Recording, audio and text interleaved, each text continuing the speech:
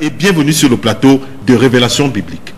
Bonsoir Cyril, bonsoir à tous nos amis téléspectateurs. C'est avec beaucoup de joie que je me retrouve dans le cadre de cette merveilleuse émission, avec la conviction que Dieu certainement apportera une solution à la plupart des problèmes et des questions que beaucoup de chrétiens se posent aujourd'hui en ce qui concerne la parole de Dieu. Vous savez, aujourd'hui, il faut entrer dans une dimension prophétique de l'interprétation exégétique de la parole de Dieu afin de pouvoir sortir des homélies qui correspondent exactement aux besoins contextuels du peuple de Dieu. Alors, mon général, je vous ai présenté, ce qui n'est d'ailleurs pas faux, comme un exégète de la parole. Vous êtes docteur, vous êtes licencié en théologie, vous avez plusieurs diplômes de théologie. Est-ce que vous êtes à même d'amener le personnage de, je veux dire, les téléspectateurs qui se donnent la peine de nous regarder ce soir, à comprendre le grand personnage, ce vaste personnage de Moïse? Il faut dire qu'il faut la révélation pour être capable de pouvoir expliquer un certain nombre de choses dans les Saintes Écritures.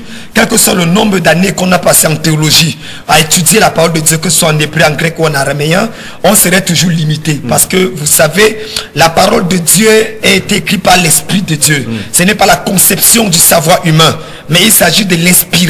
Et qui parle d'inspiration parle de deux mots grecs, théop et nuptos, qui parle vraiment souffler, hors de souffler. Donc, c'est l'Esprit de Dieu. D'ailleurs, l'apôtre Paul le dira, c'est poussé par les hommes que les gens ont parlé de la part de Dieu. Or, ce qui a été parlé de la part de Dieu, par l'Esprit de Dieu, ne peut être compris que par l'Esprit de Dieu, interprété par l'Esprit de Dieu. C'est la raison pour laquelle, humblement, je crois, du fond de mon cœur, que les quelques minutes que nous allons passer ensemble avec nos chers amis téléspectateurs, sera certainement des minutes d'édification, sera également des minutes dans lesquelles nous allons entrer dans les profondeurs des Écritures, tout en comptant sur l'Esprit de Dieu pour nous accompagner.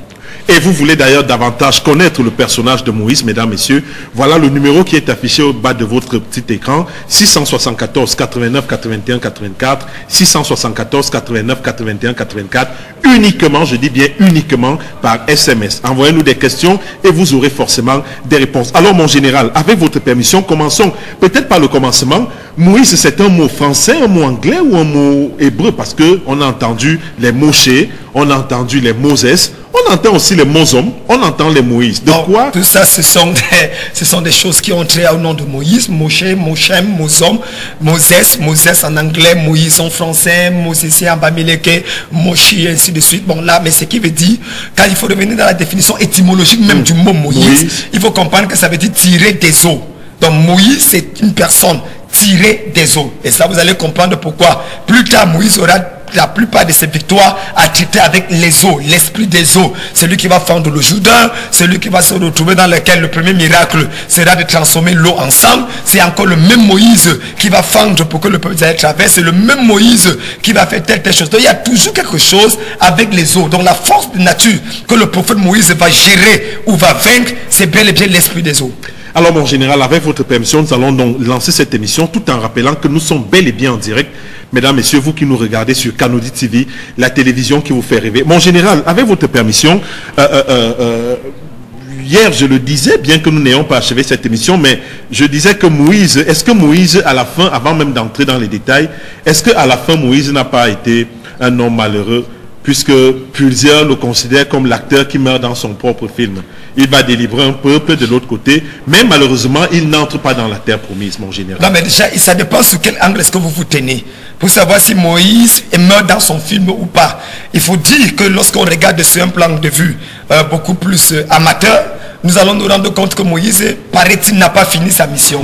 Parce qu'en fait, il n'a pas amené le peuple de Dieu dans la terre promise. Mais il faut regarder plus loin. Il faut comprendre qu'il a d'abord vu ces choses et salué de loin. C'est-à-dire prophétiquement, Moïse a vu la terre promise, même comme il n'est pas entré à l'intérieur. Mais encore, je voudrais vous dire que quand vous arrivez dans Matthieu chapitre 17, vous allez vous rendre compte que Moïse se retrouve avec Jésus et Élie dans la terre promise. La montagne de transfiguration se trouvait dans la terre promise. Et laissez-moi vous dire qu'il se retrouve avec le Messie. Moi, je préfère entrer dans la terre promise en présence de Jésus que d'entrer dans la terre promise sans Jésus-Christ. Donc, d'une manière ou d'une autre, je reste convaincu que Moïse a certainement rencontré le Seigneur. Moïse, non seulement rencontré le Seigneur, mais a accompli sa mission de manière prophétique. Et Moïse également est l'un des personnages, d'ailleurs le seul être humain vivant à qui Dieu a dit, s'il y a un prophète sur la terre, ce n'est pas des visions, ce n'est pas des songes que je lui parle. Mais il n'en est pas ainsi de mon serviteur Moïse. Je lui parle face à face. Moïse est l'un des rares hommes de Dieu. Parce que quand vous parlez comme ça, peut-être vous ne savez pas à qui vous avez affaire. C'est également l'une des rares personnes qui était capable de dire à Dieu de se repentir et Dieu se repentit. Ah bon? Ah ben oui, je vous assure. Il était prétentieux à ce point-là, mon général. Non, ce n'est pas question de prétention. Quand vous lisez la Bible dans Exode chapitre 33, 34, 35, vous arrivez à un moment donné dans lequel Dieu est tellement fâché, courroucé contre le peuple juif, qu'il dit à Moïse, écoute, moi je vais exterminer ce peuple, et c'est à partir de toi seul que je ferai une grande nation. Dieu dit, Moïse dit à Dieu, excusez-moi, que diraient les Égyptiens? Que tu étais incapable de faire sortir le peuple d'Israël de l'Égypte pour les amener dans la terre promise, et dit que c'est la raison pour laquelle tu les as livrés et que tu les as... Voilà, retour donc sur le plateau, mesdames, messieurs. Vous qui nous écoutez en ce moment, sachez que vous êtes bel et bien sur Canody TV. C'est la télévision qui vous fait rêver. Nous parlons ce jour d'un personnage exemplaire. Il s'agit bel et bien de Moïse Moshe, selon les uns. Moïse qui est un personnage dont la tradition qualifie d'ailleurs comme un personnage très atypique, très exemplaire. Mesdames, messieurs, c'est avec beaucoup de plaisir que nous sommes avec vous ce jour. Dans quelques instants seulement, nous vous retrouvons pour la suite de ce programme que nous vous conseillons vivement. N'oubliez pas, vous pouvez intervenir tout de suite et maintenant via des SMS 674 89 81 84 674 89 81 84. Mesdames, messieurs, Révélation biblique se poursuit. C'est sur Canody TV, la télévision qui vous fait rêver.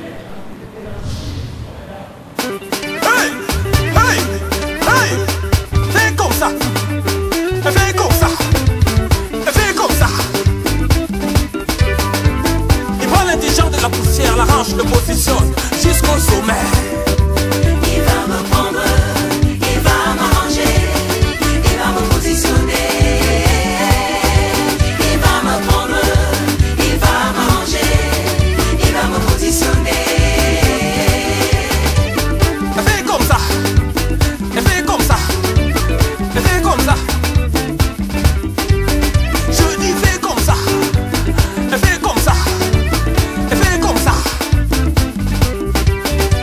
Il va prendre tes diplômes, il va t'arranger un emploi et il va te positionner.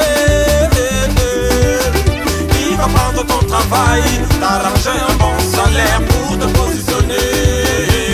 Et chante avec moi. Il va me prendre, même si je suis malade, il va m'arranger, à l'hôpital, il va me positionner. même dans la vieillesse, Il va me prendre, fatigué, il va m'arranger, il n'y a pas de il problème. va me positionner.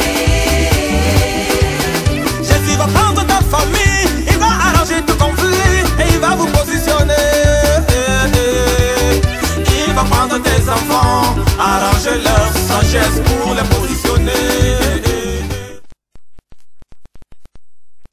Mesdames, messieurs, merci de nous faire davantage confiance sur Canody TV, la télévision qui vous fait rêver. Bienvenue donc une fois de plus à ceux qui nous rejoignent seulement à cet instant précis. Sachez que vous êtes à l'écoute ou alors vous regardez Révélation biblique qui est votre émission d'enseignement et d'édification basée exclusivement sur la Bible. Et ce jour, le général de Dieu, le révérend docteur Dionodore Kamlem Lunga, a bien voulu nous entretenir sur un personnage exemplaire, sur un modèle biblique. Il s'agit bel et bien de Moïse. Alors mon général, vous avez dit il y a un instant que l'étymologie du mot Moïse ou alors du nom Moïse veut dire tirer des eaux. Alors comment est-ce qu'on peut donc comprendre la jeunesse, c'est-à-dire la naissance, l'enfance de Moïse qui a été tiré des eaux? Déjà, il faut comprendre, M. Cyril Châtelet-Wolo, qu'effectivement, parler de la vie de ce grand homme, comme je le disais tantôt, l'une des rares personnes qui a réussi à pouvoir pousser Dieu à la repentance, l'une des rares personnes qui a dit à Dieu, si tu ne pardonnes pas à ce peuple, efface mon nom du livre de vie.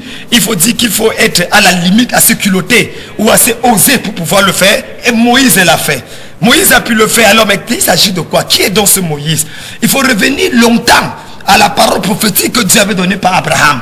Lorsque Dieu parlait à Abraham en disant, sache que ta génération ou ta descendance sera nombreuse et ira en captivité dans un pays. Et 400 ans plus tard, j'apparaîtrai et je les libérerai de cette captivité ou alors de cet esclavage. Cette prophétie dont voit la réalisation par Joseph qui descend en Égypte et habite le pays de Goshen avec tous les fils d'Israël. Ils se multiplient, ils se développent et ils deviennent un peuple nombreux et redoutable. 400 ans plus tard, la Bible nous dit que ce peuple qui est entré libre en Égypte devient esclave. Il devient esclave par peur. Pharaon a peur d'un peuple qui en réalité est en train de prendre beaucoup plus d'embonpoint sur le plan physique comme sur le plan militaire. Et il redoute le fait qu'en réalité, le peuple ne se joigne à leurs ennemis s'il y a guerre. C'est ainsi qu'il les rend esclaves. C'est Pharaon qui n'avait pas connu Joseph. Et la Bible dit qu'en ce moment-là, une famille de la tribu de Lévi, un homme appelé Amram et sa femme s'appelait Jochebed, décident d'avoir des enfants. Ils avaient déjà 2 enfants. Et il y avait un décret pharaonique, que dis-je, impérial ou alors royal, qui était sorti de la part du pharaon, disant que tout enfant mâle né dans le territoire d'Israël devait être automatiquement tué. C'est ainsi que la plupart des femmes israélites priaient pour ne pas tomber enceinte, et pour celles qui étaient enceintes pour la première fois dans l'histoire, priaient que leur progéniture ne soit pas des garçons, mais plutôt des filles. Ça, c'est la première fois dans l'histoire où vous entendez des femmes prier: oh Dieu, donne-moi une fille et non un garçon, donne-moi une fille et non un garçon, pour la simple raison qu'ils savaient que si c'était un garçon, alors automatiquement il allait mourir. Voilà donc que Amram et Jochebed ont un garçon une fois de plus, après avoir eu Myriam, après avoir eu Aaron. Les voilà qui se retrouvent avec un garçon du nom, bon, ils ne savent pas quoi faire. La Bible dit que Jochebed va prendre cet enfant et va voir qu'il est beau. Cette beauté n'est pas une beauté physique, parce que tout enfant à la naissance est beau. Il s'agit d'une beauté spirituelle. C'est un langage biblique pour faire comprendre qu'en réalité, elle avait vu le dessein prophétique de Dieu attaché à la vie de cet enfant. C'est pour ça que les sorciers, quand ils voient que tu es beau spirituellement, ils commencent à voler ton étoile. Alors, elle a vu que l'enfant était beau et elle a pu la garder pendant 3 mois. Ça veut dire que Moïse pouvait même être laid physiquement. Oui, laid physiquement dans la mesure. Mais beau spirituellement. Mais beau spirituellement. Okay. Donc, voyez donc cette attitude. Elle va garder 3 mois, mais ne pouvant plus garder 3 mois. Moi, c'est très intéressant de savoir la leçon qu'on tire qu'aujourd'hui, une maman a la capacité de préserver son monde, son enfant, de ce monde, du système de ce monde pendant un certain nombre de temps. Et d'ailleurs, c'est une interpellation pour la plupart des parents qui nous écoutent. Apprendre à préserver votre enfant des systèmes diaboliques rosicruciens qui existent aujourd'hui au Cameroun. C'est ainsi donc que, ne pouvant plus protéger l'enfant, elle va déposer l'enfant dans une corbeille, l'embuie de bitume, et elle va le déposer sur la rivière pour voir ce que l'enfant devait arriver. Et c'est ainsi que la fille de Pharaon, descendant, se fait baigner, constate le petit enfant, le prend et l'élève dans la maison royale. Comme pour dire que c'est dans la maison royale où exactement la mort de Moïse et de tous les premiers-nés avait été déclarée. C'est dans cette même maison, Cyril. Ça, c'est le jeu des circonstances. Il n'y a que Dieu pour le faire. C'est dans la même maison que Moïse va être élevé, nourri, éduqué, enseigné, habillé par le même pharaon, la même maison qui avait décrété sa mort. Et j'ai envie de prophétiser, si tu le permets, pour dire à quelqu'un qui m'écoute en ce moment, que c'est là où on a déclaré ta mort que ta résurrection viendra. C'est là où on a dit que tu n'es rien, tu ne peux rien, que tu verras la main de Dieu dans ta vie. Je crois que tu allais dire Amen. Alors mon général, est-ce que c'est par coïncidence ou alors c'est tout à fait par hasard que Moïse se retrouve entre les bras de la main du roi? Il faut dire que c'est un arrangement divin. Un arrangement divin. Il y a une main providentielle. Ça veut dire que vous êtes en train de dire qu'il n'y a pas de hasard dans la vie, mon général? Non, il n'y a pas de hasard. Le hasard, c'est pour les paresseux. Non, en fait, le hasard, c'est pour les athées. La chance, c'est pour les paresseux. Et la grâce, c'est pour les gens bénis. Donc, en tant qu'enfants de Dieu, nous croyons plus à la grâce, à la main souveraine de Dieu qui a commencé à se déployer dès les origines de Moïse pour le préparer par rapport à la destinée glorieuse qui était réservée pour lui. Vous allez voir des gens qui nous écoutent en ce moment, nos amis téléspectateurs à Yaoundé ou à Douala, qui en ce moment seront d'accord avec moi, M. Cyril Châtelet-Wolo, qu'il y a des circonstances qui ont entouré leur existence, leur naissance, voire même leur enfance, qui en réalité étaient contre eux, ne pouvaient pas permettre qu'ils puissent vivre. Mais aujourd'hui, ils sont encore vivants, aujourd'hui, ils se portent bien, simplement parce qu'il y avait une main providentielle et souveraine de Dieu qui était placée sur leur vie. Alors, mon général, les uns aimeraient savoir quelle fut même la particularité de l'appel de Moïse, quand on sait qu'à un moment, Moïse a été un assassin. Moïse également n'a pas marché selon le dessein de Dieu. Il a désobéi à Dieu à un moment donné. Est-ce qu'on peut connaître ce qui attachait Dieu à Moïse ou alors ce qui attachait Moïse à Dieu? Vous savez, il y a des principes que nous connaissons dans la parole de Dieu, c'est que Dieu suscitera toujours un prophète à partir du milieu de son peuple pour accomplir et produire des grandes choses. Ce qu'il faut noter avec la vie de Moïse, c'est qu'il va être élevé et éduqué dans le palais de Pharaon. Son habillement sera égyptien, son langage sera égyptien, ses manières seront égyptiennes, sa culture sera égyptienne. En fait, quand vous voyez Moïse, jusqu'à sa propre coiffure, tout en lui fera voir un prince d'Égypte. Mais la seule différence que son sang sera le sang d'un hébreu. Ses racines sont hébraïques. Alors Moïse, en dépit de tout ça, parce qu'il faut dire que d'après l'histoire antique, Moïse avait occupé un poste tellement élevé en Égypte qu'en réalité il était supposé succéder au pharaon. Quand vous lisez Actes des Apôtres, le chapitre 7, où l'apôtre Étienne essaie de ressortir le background de l'histoire d'Israël et qu'il arrive aussi l'histoire de Moïse, il va dire quelque chose de très frappant, Cyril, que Moïse était puissant en parole et en œuvre. Ça veut dire quoi, puissant en parole et en œuvre? Ça veut dire exactement que Moïse, en matière linguistique, en matière de speech, il pouvait exercer le poste de ministre de la communication de Pharaon. Il pouvait également être puissant en œuvre. Ça veut dire qu'il y a des pyramides qui avaient été conçues en Égypte, qui avaient été faites par Moïse. Il y a des combats et des guerres, un général de l'armée de l'Égypte, qui certainement livrait des batailles au nom de Pharaon. Donc, Moïse n'était pas ce genre de personnage qui avait raté sa vie pour répondre à l'appel, comme la plupart des pasteurs que nous constatons aujourd'hui en Afrique subsaharienne et particulièrement au Cameroun. J'ai fait le concours de lyrique, j'ai échoué. Le concours de l'estique, j'ai échoué. Le concours de l'ENAM, j'ai échoué. Le concours même de Bayam Salam, j'ai échoué. Alors automatiquement, par conclusion, Dieu m'appelle à devenir pasteur. C'est comme ça qu'ils créent des églises à gauche, à droite et qui font beaucoup plus de bruit qu'ils ne produisent des résultats. Moi je pense qu'en réalité un serviteur de Dieu n'est pas quelqu'un qui a échoué sa vie pour répondre à l'appel de Dieu, mais c'est comme à l'exemple de Moïse, à l'exemple de l'apôtre Paul, à l'exemple d'Élisée, à l'exemple de nos prédécesseurs, des personnes qui excellaient dans un domaine précis mais qui ont rencontré une révélation supérieure et qui ont décidé de pousser cette révélation afin d'entrer dans le plan dynamique et prophétique de Dieu pour leur vie. C'est pour ça que l'apôtre Paul dira, je cite, que ces choses qui étaient pour moi comme des trésors, comme de l'or, je les considère maintenant comme de la boue à cause de l'excellence de la connaissance de Jésus-Christ. Donc, pour me résumer, M. Cyril Châtelain-Wolo, Moïse, dans son parcours, avec certainement un avenir brillant dans le territoire de l'Égypte, dans la maison de Pharaon, mais c'est les racines, le sang hébreu qui est plus fort. L'appel de Dieu sur sa vie était plus fort que toute la connaissance qu'il pouvait développer, plus fort que l'intellectualisme qu'il possédait, et c'est ça qui l'a poussé finalement à pouvoir obéir à l'appel de Dieu en tuant cet Égyptien qui a fait de lui un assassin. Mon général, nous voulons comprendre, et je bénis le Seigneur pour cette émission Révélation biblique qui nous permet véritablement de connaître les véritables personnages bibliques quand on sait qu'à l'église, on ne prêche que la parole, mais on n'entre pas en profondeur. Et c'est le bien fondé de cette émission Révélation biblique. Moi, j'aimerais savoir, et j'aimerais comprendre, mon général, est-ce que Moïse, à un moment donné, n'est pas le cobaye de Dieu?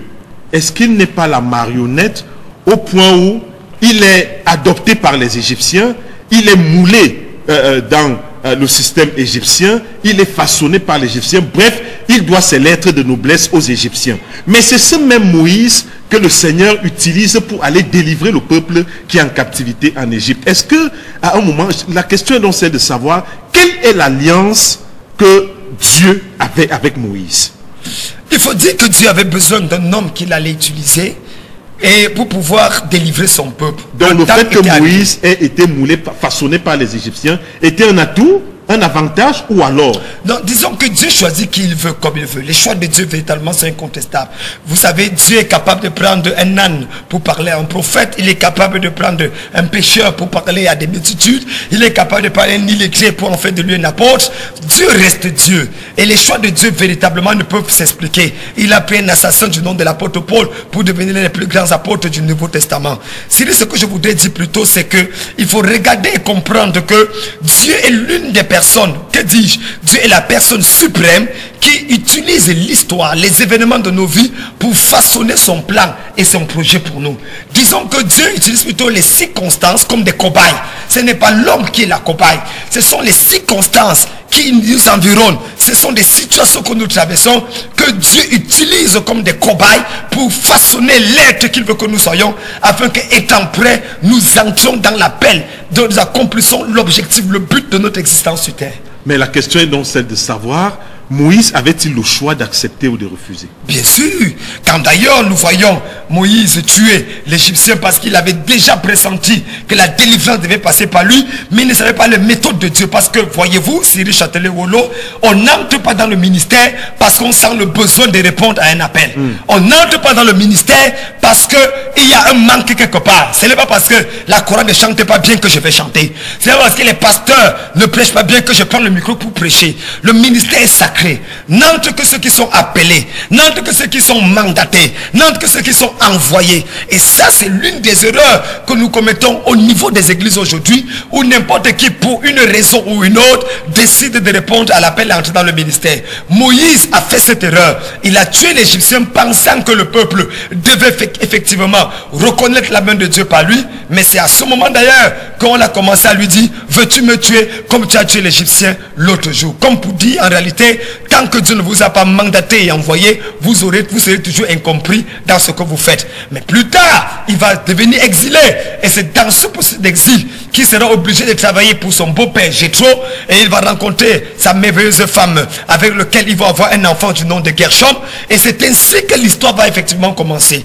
Pendant qu'il va perdre les troupeaux de son beau-père Jéthro, dans Exode chapitre 3 à partir du verset 1, Moïse va avoir la révélation du siècle, la révélation de sa vie. Une rencontre qui va bouleverser littéralement son existence et qui va redéfinir en réalité l'appel de Dieu dans sa vie. Et Dieu va lui apparaître dans un buisson Adam pour lui dire effectivement qu'il l'envoyait pour libérer son peuple. Mais ça ne sera pas une tâche facile, Cyril. Comprenez que Moïse a vécu avec les Égyptiens. Il était dans la maison de Pharaon. Il sait de quoi est-ce qu'il s'agit. Le voilà maintenant qu'on lui dit, voilà, tu vas délivrer le peuple d'Israël. Voilà, je t'envoie à libérer le peuple. Mais attendez, Moïse dit à Dieu, s'il te plaît, si tu veux me tuer, mon frère, tue-moi tranquillement ici. Moi, je connais l'armée de Pharaon. L'Éthiopie n'a pas pu résister. Les autres nations n'ont pas pu résister. Qu'est-ce qui me fait dire que tu seras capable, que je serai capable avec un seul bâton d'aller délivrer Israël? C'est ainsi d'ailleurs que nous allons vivre, pour moi, une histoire véritablement abracabra entre Moïse et Dieu. Exode 3, quelqu'un qui lui dit va, il dit je ne pars pas. Il dit que non, maintenant vois ce que j'ai fait. Il dit même comme tu as fait ça. D'ailleurs, j'aimerais qu'on tire quelques leçons sur cette histoire. Bien sûr. Avant de tirer quelques leçons, mon général, permettez que nous prenions ce message d'auditeur. Une question très pertinente quand même, puisque plusieurs se posent forcément cette question. Elle est toute simple, la question de Emaré qui nous envoie ce message depuis le quartier Carrière. Bonsoir mon général, merci pour cet enseignement. Où se trouve Moïse actuellement selon vous? Puisqu'on nous fait savoir que Moïse n'a jamais vu la terre promise, qui est considérée peut-être comme le paradis. Non, c'était promis, il s'agissait bien sûr à Canaan, pas le paradis. Moïse au ciel. La preuve que Moïse est au ciel, c'est que lorsque Jésus est sur le mont de la transfiguration, Élie et Moïse se retrouvent. Élie a été transporté au ciel, Moïse a été transporté au ciel. C'est vrai que l'histoire nous dit, bibliquement parlant, que Satan est venu discuter le corps de Moïse. Mais nous savons tous que Michel a remporté la victoire, parce que sur la montagne de transfiguration, c'est Moïse et Élie qui apparaissent pour parler avec Jésus. Alors vous dites que Moïse est au paradis? Indubitablement, incontestablement, inéluctablement, il est au paradis. Autre question, autre message d'auditeur également que je me retrouve très rapidement. Pourquoi Moïse, l'auditeur aimerait, le téléspectateur aimerait, il nous appelle depuis une Colbison, aimerait savoir pourquoi Moïse tua l'Égyptien et pourquoi Dieu a toléré ce meurtre. Ah ben là c'est une question très importante. Voilà. J'étais en train de dire tantôt que il faut comprendre que Moïse a vécu dans la culture égyptienne. Il ne connaît pas le Dieu des Hébreux. Il ne connaît même pas le principe de l'alliance. Il n'a jamais entendu parler, sauf que c'est un Dieu des esclaves, des misérables, des abandonnés, des pauvres, des rejetés. En fait, le Dieu que Moïse connaît, ce sont les dieux du soleil, Isis, Osiris, ce sont les dieux, c'est Pharaon. C'est la culture depuis 100 ans d'enfance, depuis 3 mois. Il a grandi dans cette atmosphère. Bien sûr. Donc voilà maintenant qu'il se rend compte à l'âge adulte qu'il y a un sang différent dans ses veines, qu'il y a une mission qui l'interpelle. Alors il veut faire comprendre aux Juifs que je suis comme vous et je crois que vous ne pouvez pas continuer d'accepter qu'on vous marginalise, qu'on vous trouble, tout homme est libre. Alors il veut utiliser les moyens humains pour pouvoir libérer le peuple. Ben là, c'est là où il tue l'Égyptien. Mais il se rend compte qu'en voulant aider les Israélites, il s'est plutôt plongé dans des problèmes. Et c'est ainsi qu'il va fuir pour aller en exil. Plus tard, Dieu va donc le renvoyer pour avec le manteau, le mandat divin pour accomplir sa mission. Alors, pourquoi Dieu a-t-il toléré le meurtre? Enfin, Dieu a-t-il toléré ce meurtre? Non, il faut dire que Dieu n'a pas toléré le meurtre. Il faut dire que Moïse a pris le temps. La Bible dit que le temps que nous avons commis dans nos temps d'ignorance, les péchés que nous avons commis, le Seigneur nous pardonne. Donc je reste convaincu que Moïse, dans sa révélation avec le Seigneur, a dû demander pardon à Dieu. C'est pour ça même d'ailleurs qu'il a fui, il s'est repenti de son mal. Et plus tard, quand Dieu va se révéler à lui sur la montagne pour pouvoir parler le mont Horeb, pour pouvoir lui confier cette nouvelle mission, Moïse va prendre, il va même poser la question, il va dire, mais qui es-tu? Moi je connais ici, je connais les dieux des Égyptiens, je connais les dieux des Amoréens, je connais les dieux des Phérésiens, je connais les dieux des Phéniciens, mais toi tu es quel Dieu? Et Dieu se remet de lui dit, je suis celui qui suis. Ah ben ça c'est une révélation parce que il n'a pas simplement dit le Dieu d'Abraham, d'Isaac et de Jacob, mais il a parlé dans des termes très forts qui seront repris à des 2000 ans environ plus tard par le célèbre fils de Dieu Jésus-Christ avant qu'Abraham fût je suis. Bonsoir, merci pour l'édification. C'est un auditeur qui n'a pas, c'est un téléspectateur qui n'a pas signé ce message. Un autre message qui arrive à l'instant même. Bonjour homme de Dieu, sois béni toi et ta prospérité. Quel est le nom de la mère naturelle de Moïse a donné, quel est le nom que la mère naturelle de Moïse a donné à Moïse avant qu'on ne le sache à l'eau? C'est le frère Nicolas de Manguier. Effectivement, voilà une question pertinente. On ne nous donne pas le nom originel de Moïse. On ne connaît que Moïse. Mais 3 mois avant, il avait un nom. Non, il n'avait pas de nom. Il n'avait pas de nom parce qu'effectivement, il faut prendre le texte dans son contexte. Moïse, la mère de Moïse qui s'appelait Yochébed, et son mari s'appelait Amram. Ils étaient tous les fils de Tekesh, qui étaient les petits-fils de Lévi, donc de la tribu de Lévi. Ils faisaient partie en réalité de la première génération qui est descendue avec Joseph en Égypte. C'est-à-dire les grands-parents de Moïse. Donc 400 ans donc plus tard, ils se retrouvent dans une situation où le décret pharaonique est sans appel. Il n'y avait pas de démocratie. Suivez mon regard. Donc quand Pharaon disait que tout premier-né mâle mourait, on n'avait pas besoin d'attendre le Sénat ou l'Assemblée nationale pour ratifier la loi. C'était établi, c'est-à-dire constitutionnellement parlant, correct. Donc, elle ne pouvait donc pas donner, comme la plupart des femmes hébreux, elles ne pouvaient pas donner le nom à leur enfant, sachant que l'enfant va mourir dans les jours qui viennent. C'est la raison pour laquelle elle a gardé l'enfant. Elle ne pouvait plus garder. Elle a laissé l'enfant au Dieu des eaux. Et c'est là où le Seigneur l'a interpellé.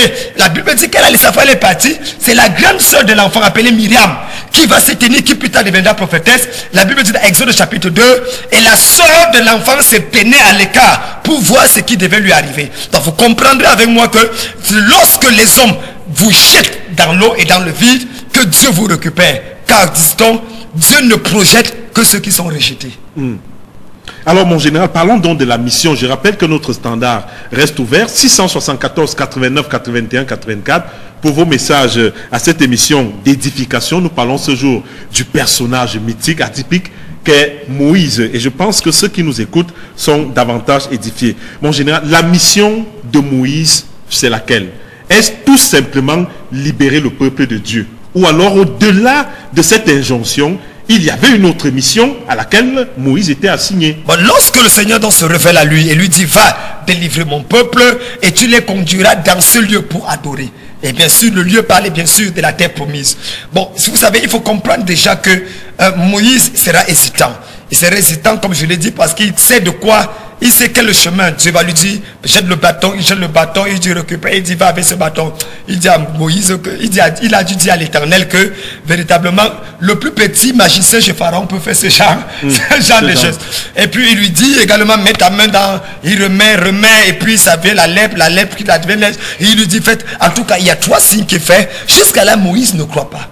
La question d'abord, monsieur Sili Châtelet-Wolo, qu'est-ce qui pousse finalement Moïse à aller avec un bâton confronter la plus puissante et la plus terrifiante des armées qu'il y avait à l'époque? Et surtout, mon général, peut-être qu'il faut le préciser pour la gouverne de nos auditeurs, Moïse avait un handicap, il avait des difficultés de langage. Exactement.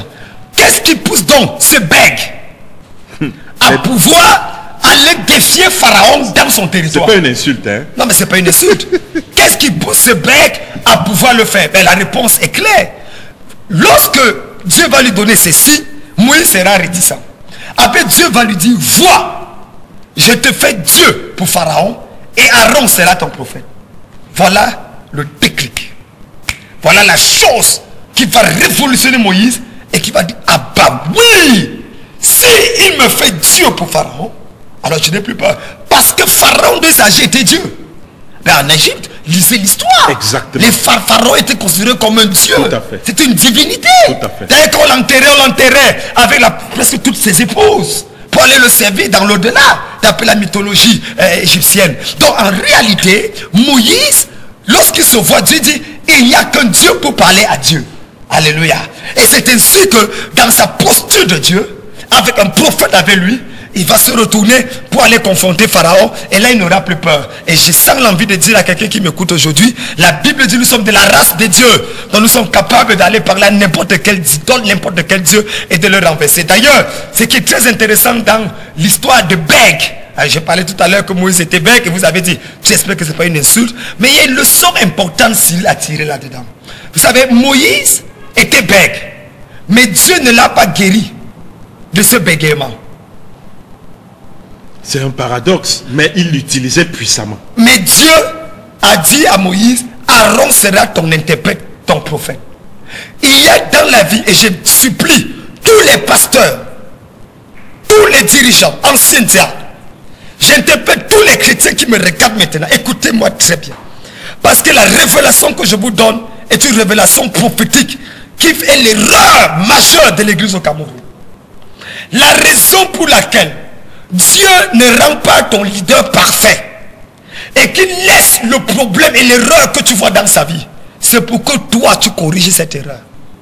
Ah oui, c'est la faiblesse de ton leader qui justifie ton appel. C'est le bégaiement de Moïse qui a justifié l'appel prophétique de Aaron. Comme pour dire, si Moïse n'avait pas bégayé, n'avait pas ce problème au niveau des bébés, Aaron n'aurait jamais été appelé.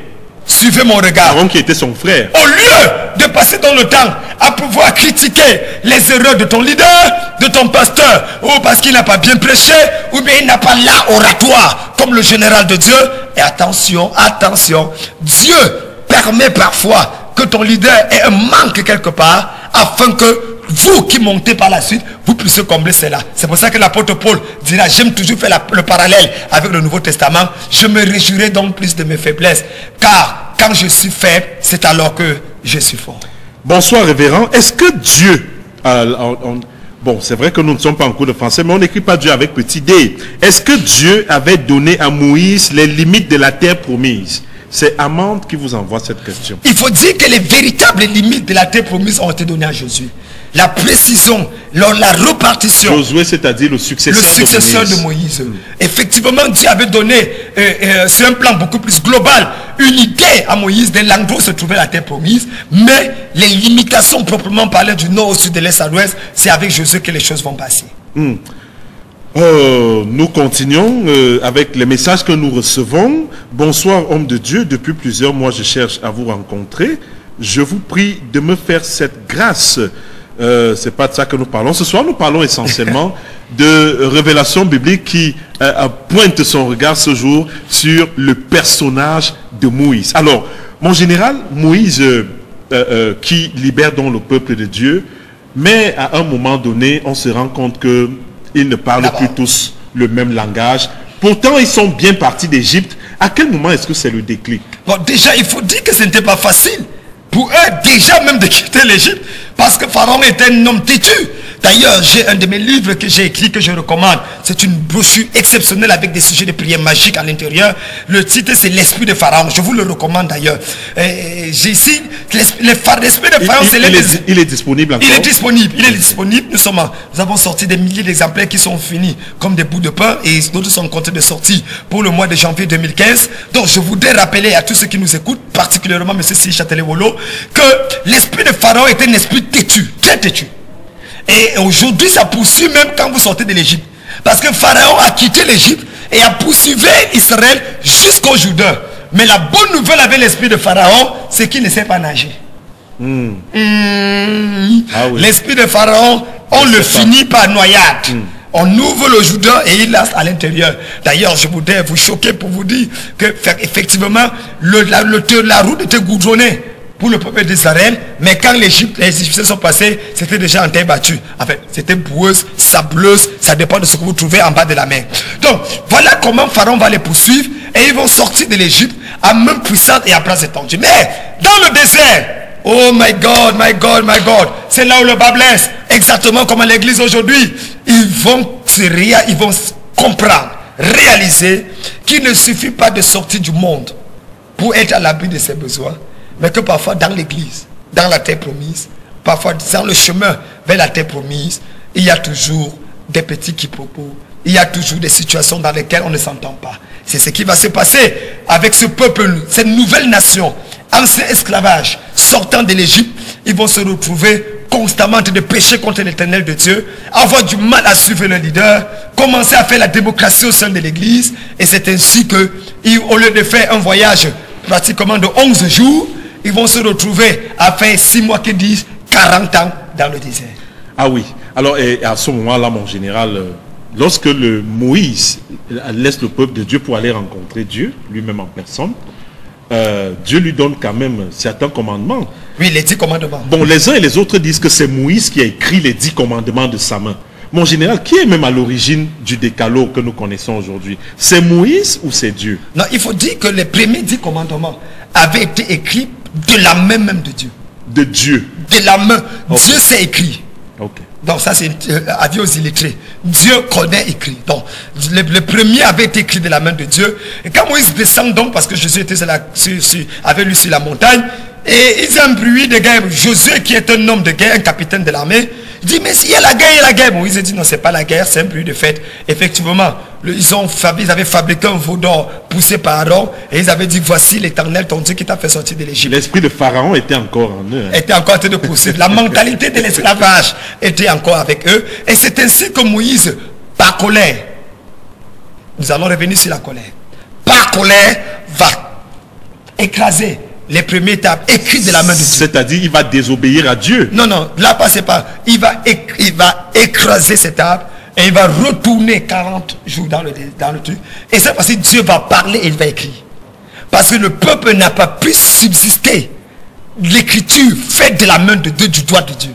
Alors c'est maintenant par la main de Dieu. Et ça c'est notre message. La même chose. Ça c'est très fort. La même chose. C'est pour dire aux gens, n'attends pas toujours que Dieu descende pour te parler. Il utilisera ton pasteur, ton prophète, ton leader pour te donner certaines instructions que tu dois obéir.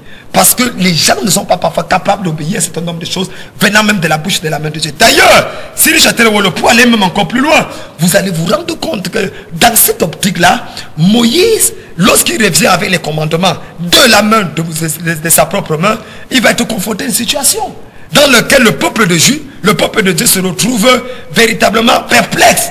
Et il ne peut même pas s'approcher du Sinaï parce qu'effectivement, la puissance de Dieu est très forte à cet endroit. Cédric de Santa Barbara, ma question est de savoir pourquoi le diable discutait le corps de Moïse et pourquoi Moïse n'est pas entré dans la terre promise. Soyez béni, mon général. Le diable discutait le corps de Moïse parce qu'il faut être honnête. Parmi tous les prophètes qui ont vécu sur la terre, personne n'a été comme Moïse. Ça, je vous le dis. Abraham, Isaac, Jacob, David, toutes ces personnes. Moïse est la colonne vertébrale de l'Ancien Testament. D'ailleurs, c'est Moïse qui écrit la Genèse, Exode, Lévitique, Nombre, Deutéronome. Donc Moïse est la figure emblématique. Il est le Goliador, il est le Pichichi de l'Ancien Testament. Moïse, en réalité, est l'apôtre Paul de l'Ancien Testament et l'apôtre Paul est le Moïse du Nouveau Testament. Donc ces deux personnages à laquelle Christ se place au centre comme étant le pilier inébranlable, ces deux autres personnages constituent le pilier de l'Ancien Testament, le pilier du Nouveau Testament. Des révélations incroyables venues par Paul que même les 12 disciples qui ont marché avec Jésus n'ont pas été capables de saisir, que même l'apôtre Pierre à qui on a remis les clés du royaume n'a pas été capable de comprendre. Même les Jacques ont dû se retrouver en concile pour pouvoir comprendre les choses sur l'apôtre Paul. Vraiment, Moïse était un personnage incroyable. C'est pour ça d'ailleurs que Satan va discuter son corps, parce qu'un tel trophée, véritablement, c'est quelque chose d'inégalable. Bonsoir, homme de Dieu. Il nous reste peu de temps, mesdames, messieurs. Si vous avez des messages, envoyez-les très rapidement pour que nous les épluchions. Bonsoir, homme de Dieu. Est-ce que Pharaon est mort? Bien sûr. Bien sûr. Pharaon, c'était comme un titre. Il faut comprendre que Pharaon, ce n'était pas le nom. Nous avons Ramsès I, Ramsès II. Les noms des pharaons qui ont existé, c'est comme président de la République, c'est comme sa majesté, c'est comme roi. Et c'est pour ça qu'on parle de l'esprit de Pharaon. La même chose que Hérode. Hérode n'était pas un titre. Nous avons Hérode de Tétrarque. Nous avons Hérode Antipas 1, Antipas 2, Hérode le Grand. La plupart des Hérodes dans la Bible, rien que entre la naissance de Jésus et la mort de l'apôtre Paul, nous avons 7 Hérodes qui apparaissent dans j'ai un message, je suis l'esprit d'Hérode, qui parle de 7 Hérode qui se trouve dans le Nouveau Testament. Il faut donc comprendre que effectivement Pharaon est mort, mais son esprit est effectif et a continué à avancer. Parce que vous pouvez tuer un sorcier, mais ce n'est pas tuer l'esprit, ce n'est pas tuer la sorcellerie. Parce que la sorcellerie est un esprit qui se transmet de sorcier en sorcier et qui se transmet de père en fils. Tu as raison, mon général. Moïse était Dieu pour Israël. Lisez Exode 7, verset 1. L'Éternel dit à Moïse, vois, je te fais Dieu pour Pharaon et Aaron, ton frère, sera ton prophète. Un autre message que je vais également éplucher tout de suite et maintenant. Bonsoir, papa. C'est Marie-Louise Dekounou. Priez pour moi, ça ne va pas. Bon, c'est un message, ce n'est pas une émission de prière. Bonsoir, général de Dieu. Sois béni pour toutes ces révélations. Le pasteur Didim. C'est le pasteur Didim qui vous envoie ce message. Vous le connaissez, mon général? Non, mais je le salue très affectionnément. Ils sont nombreux des pasteurs qui font un travail remarquable sur le territoire national, dans le triangle national, ici particulièrement à Yaoundé. Ils sont également nombreux ceux-là qui véritablement m'encouragent, m'estiment. Le pasteur Didim certainement en fait partie, qui sont contents de savoir ce que Dieu fait et le fait qu'aujourd'hui ils peuvent avoir une personne qui peut parler tout haut, dit tout haut, sans aucune crainte de qui que ce soit et qui également essaie d'apporter sa petite contribution par rapport à l'émergence de l'église au Cameroun. Alors, pour parler de la mort de Moïse, c'est vrai que c'est toujours triste de parler d'un événement triste comme la mort. Moïse meurt à l'âge de 120 ans, forcément rassasié de jours, mon général. Oui, c'est vrai que... Alors, qu'est-ce qu'il laisse? Un peu triste. Qu'est-ce qu'il laisse à sa postérité? Il laisse la chose la plus extraordinaire. C'est-à-dire les 10 commandements. Non. Josué, un successeur. Et c'est ça qu'on recherche dans la vie de tout homme de Dieu à succès. C'est la capacité de se reproduire en des gens. Et je vous dis, au Cameroun, je suis numéro 1. Numéro 1 en matière de reproduction des hommes de Dieu. Un peu comme petit pays. On peut dire n'importe quoi qu'on peut dire ce petit pays, hein, mais il a réussi à former des artistes aussi possédés que lui-même dans tous les endroits où il se trouve. Tu vois, hein. Mathématiques des petits pays, éthiques des petits pays. Donc, en fait, ils sont nombreux et qui, en fait, mais le professeur Zacharias Tanefoumoun également, hein, mon général. Ah, bon, attendez, quand même. Ça, c'est à quoi remettre en question par rapport à ce nombre de choses. Nous reviendrons sur la mort des grands leaders au Cameroun et en Afrique. Je pense que c'est un débat qui passionnerait d'ailleurs beaucoup de personnes aujourd'hui.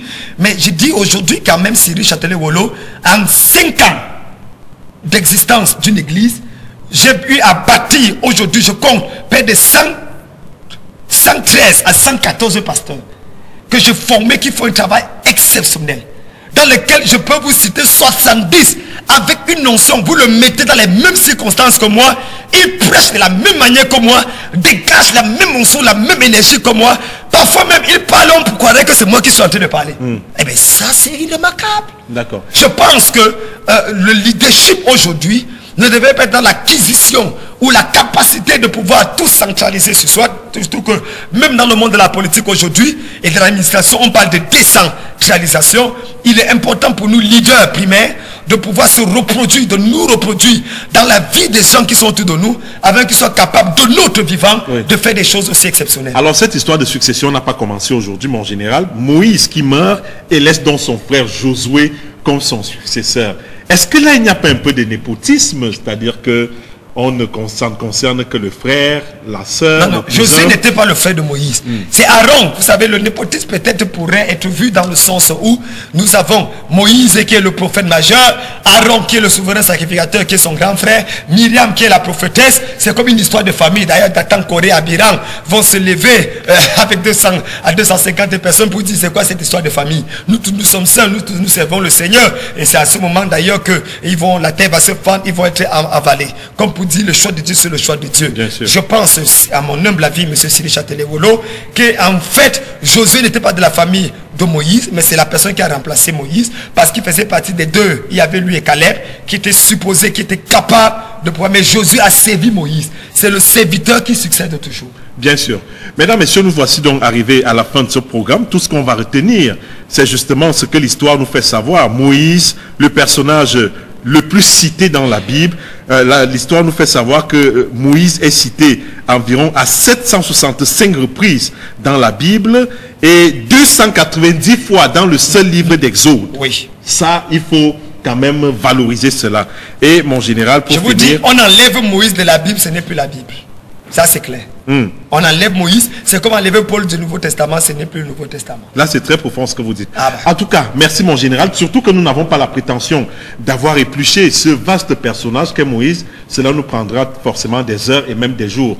Mais les prochains jours, nous y reviendrons. Disons forcément. que demain, à la même heure, nous allons nous retrouver dans le cadre d'un nouveau personnage, dans le but de pouvoir bénir les gens. Il faut dire à nos amis téléspectateurs de Kanoudy TV, qui nous suivent à Douala ou qui nous suivent à Yaoundé, c'est véritablement toujours avec beaucoup de joie, que ce soit en direct ou en rediffusé, que nous recevons vos messages, hein, Cyril, et que c'est toujours avec beaucoup de passion. Vous avez des thèmes que vous aimeriez qu'on aborde, des sujets qui vous préoccupent dans vos différentes églises, eh bien, envoyez-nous ces messages. Nous allons, à la lumière de cette écriture, apporter notre part de contribution afin de permettre à ce que vous puissiez être éclairés bibliquement, scripturellement parlant, et que vous ne puissiez pas être voué à l'erreur. C'était Révélation biblique, votre émission d'enseignement et d'édification sur la Bible. Que le Seigneur vous bénisse et forcément à très prochainement sur Kanoudy TV.